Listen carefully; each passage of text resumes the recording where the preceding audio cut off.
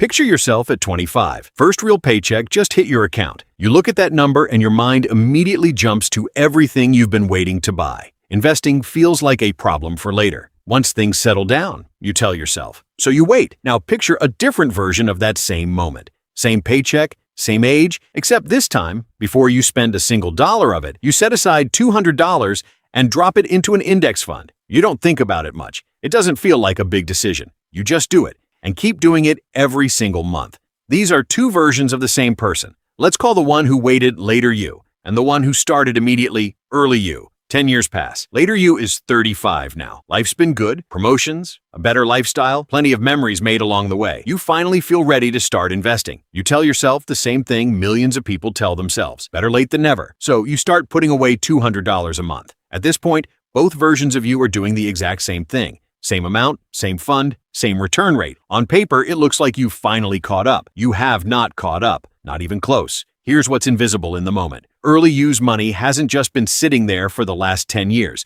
It's been quietly working year after year, earning interest not just on what went in, but on the interest that money already earned. Year one's small gain became part of year two's starting amount. Year two's became part of year three's. It's been stacking on itself, silently, for a full decade before later you even opened an account. Fast forward to age 65. Early you, who never made more money, who never took bigger risks, who just started 10 years earlier and left it alone, ends up with close to double what later you has. Not 60% more, not 70% more, roughly double. Same monthly contribution, same investment, same effort from age 35 onward. The only difference between these two versions of your life was 1 decade of a head start that felt, at the time, completely insignificant. This is what compound interest actually is. Not a math trick, not something only for finance nerds.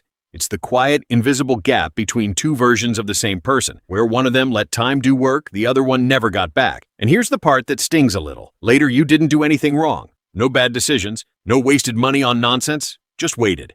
And waiting, when it comes to compound interest, is the most expensive decision there is, even though it never feels like a decision at all. Let's slow down and actually understand why this happens, because once you see it, you can't unsee it.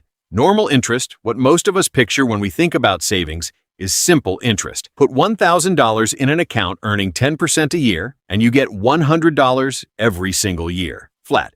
Predictable. Same number, year after year. Compound interest works differently. Instead of only earning on your original $1,000, you start earning on your original money plus every bit of interest it's already earned. Year one, you earn $100, same as before. But year two, you're not earning 10% on $1,000 anymore. You're earning 10% on $1,100. Then year three on whatever that new total becomes. It sounds small at first, a few extra dollars here and there. This is exactly why almost everyone underestimates it completely. Because compound interest isn't a straight line, it's a curve. And curves start slow, almost boring, and then they bend upward fast, usually right around the time most people have already given up or cashed out. That same $1,000, left alone at 10%, becomes about $1,610 after 5 years. Not exciting yet. After 20 years, it's over $6,700. After 40 years, from that single untouched deposit, it's more than $45,000. Not one extra dollar was added. Time did all of it. This is why every serious financial advisor says the same unglamorous thing over and over. Start early. Not because early money is smarter money, because early money has more time to quietly compound in the background while you're busy living your life and forgetting it's even there. There's a simple way to estimate how fast money doubles. It's called the rule of 72. Take the number 72 and divide it by your interest rate. That gives you roughly how many years it takes for your money to double. At 6%, it doubles about every 12 years. At 9%, about every 8 years.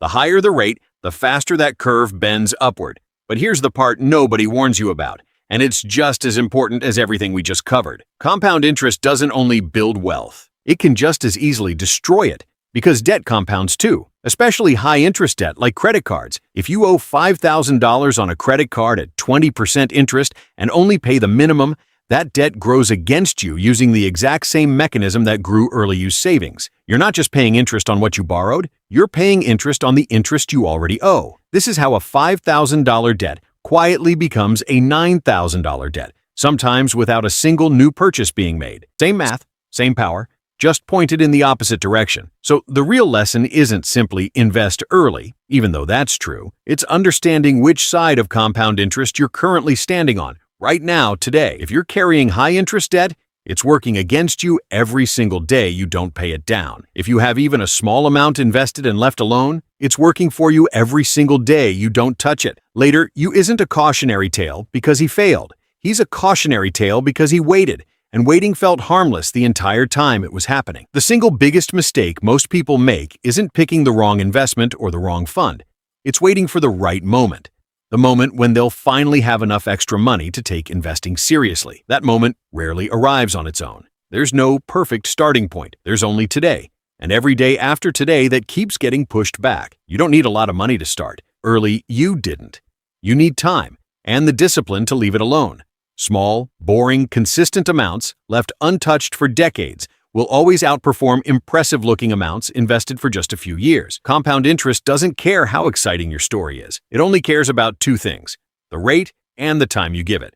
So if there's one thing to take from this, it's this. The best time to start was 10 years ago. The second best time is today. If this helped you understand your money a little differently, subscribe.